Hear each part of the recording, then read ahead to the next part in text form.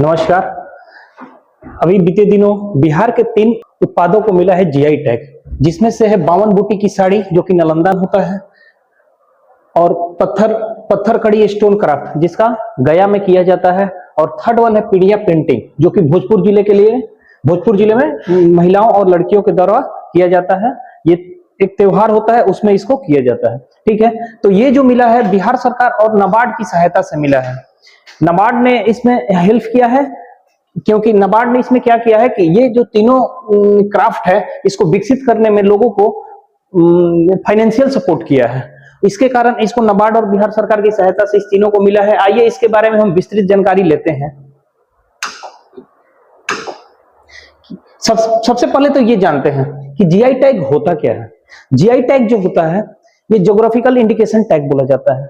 जो हम प्रीवियसली जो डब्ल्यूटीओ का पुराना जो नाम था उसका था गैट एंड डब्ल्यूटीओ इसका कब हुआ? 1995 में। 1995 में जब डब्ल्यूटीओ बन गया तो ये बताया कि हमें क्या करना चाहिए, एक जीआई टैग लाना चाहिए। ये क्या लाना चाहिए? जीआई टैग लाना चाहिए। ये जो जीआई टैग का एडवांटेजेस क्या है, ये जो जीआई टैग है भौगोलिक आपका बताता है कि ये जगह के लिए ये चीज क्या होता है, फेमस होता है। इससे बहुत सारे फायदे हैं।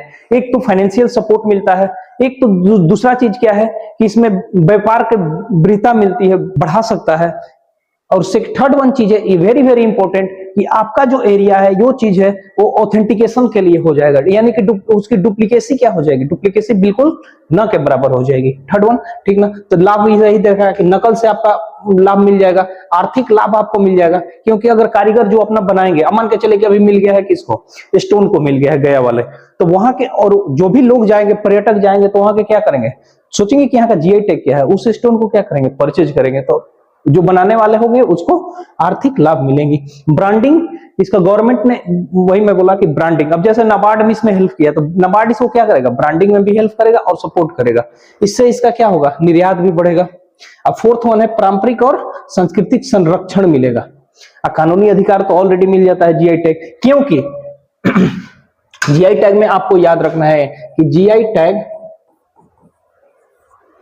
एक्ट 1999 है, गवर्नमेंट ने इसको एडॉप्ट किया है। फर्स्ट जीआई टैग कौन था? दार्जिलिंग का चाय। दार्जिलिंग का चाय को फर्स्ट बार 2003 में मिला था। कब मिला था? 2003 में मिला था। ठीक, याद रखना है। बिहार के भी बहुत सारे को मिला है, हम लोग अभी बारी बारी से देखेंगे। जीआई टैग एक्ट जो 1999 बताता है, इसमें बताता है कि आपको क्या करना है, डुप्लीकेसी नहीं करना है, आपको आर्थिक लाभ दिया जाएगा। जितने भी ये सब है एडवांटेजेस इसमें ऐड किया गया है।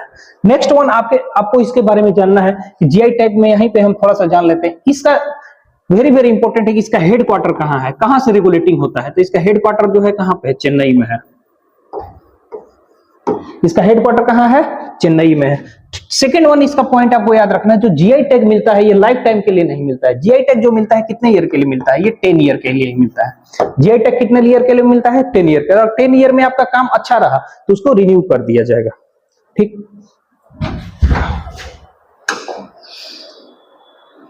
अब जैसे कि कुछ जैसे जीआई टैग के बारे में इसके भौगोलिक संकेत होता है। दार्जिलिंग के चाय को मिला, मधुबनी पेंटिंग बिहार में जो मिला था ना, पहला, बिहार का पहला था, फर्स्ट इन बिहार।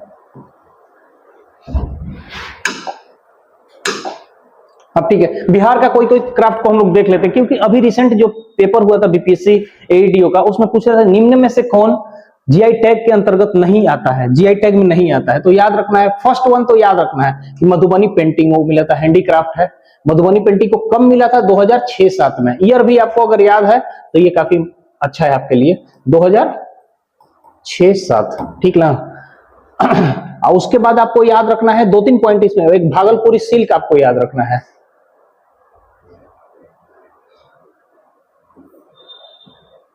भागलपुरी, हाँ। जर्दालू मैंगो, जर्दालू आम जो होता है उसको मिला है, ये याद रखना है। स्टेट कौन सा है? कतरनी राइस मिला है, कतरनी राइस को मिला है। शाही लीची को मिला है, सिलाओ के खाजा को मिला है, और मिथिला मखाना को मिला है। ये वेरी वेरी इंपॉर्टेंट है। मिथिला मखाना वाला जो है ना पार्ट, ये वाला याद रखना है कि 2022 को मिला है। अब चलिए हम थोड़ा सा ये तीनों पॉइंट को देख लेते हैं कि जो रिसेंट में जो तीनों मिला है उससे रिलेटेड क्वेश्चन पूछ सकता है। जैसे 52 बूटी साड़ी, ये जो बनता है ना, ये नालंदा जिले का बिगहा गांव में बनता है। बिगहा गांव, बसवन बिगहा एक गांव है, वहां पे प्रमुख इसका उत्पादन होता जाता है। ठीक, अब सेकंड वन जो आते हैं गया का पत्थरकारी स्टोन क्राफ्ट, इसके बारे में जान लीजिए। ये पत्थरकाटी, ये गया जिले में, इसका नाम ही है पत्थरकट्टी गांव, गांव का नाम ही है पत्थरकट्टी गांव। ये 300 साल पुराना लगभग है, ये 300 साल। इसको माना जाता है ना कि अभी जो गया में जितने भी मंदिर हैं, ये इसकी जो कलाकृति हुई है इसी से हुई है। ठीक, अब थर्ड वन है पीडिया पेंटिंग। पीडिया पेंटिंग जो कि भोजपुर जिलों के लिए प्रसिद्ध है। ये जो होता है पीडिया पेंटिंग, एक जस्ट लाइक एक मान के चलिए ना कि इसमें टोटल नेचुरल वे से उत्पादित पदार्थों का प्रयोग करके किया जाता है। यानी कि देखिए ये क्या किया जाता है ना, दीवार पे या कपड़े पे इसका ये किया, जैसे चावल के आटा जो होता है ना, चावल के आटा का, उस चावल के आटा को, ये नहीं कि चावल के आटा को मिक्सी में मिक्स करके, नहीं, उसको प्राकृतिक ढंग से निकाल करके और उसके बाद उससे क्या किया जाता है, कलाकृति की जाती है। ठीक, तो इससे बनाया जाता है। अगर इसमें कलर डालना हो तो कलर डाला जाता है। जैसे सेम जो होता है ना, ग्रीन अगर कलर लेना है तो सेम से, अगर कोई दूसरा कलर लेना है तो फूल करके निचोड़ करके उससे रंग निकाला जाता है, लेकिन कोई भी आर्टिफिशियल का प्रयोग नहीं किया जाता। ये बिल्कुल याद रखना है आपको। ठीक है, जीआई टैग से रिलेटेड यही है जो कि, धन्यवाद।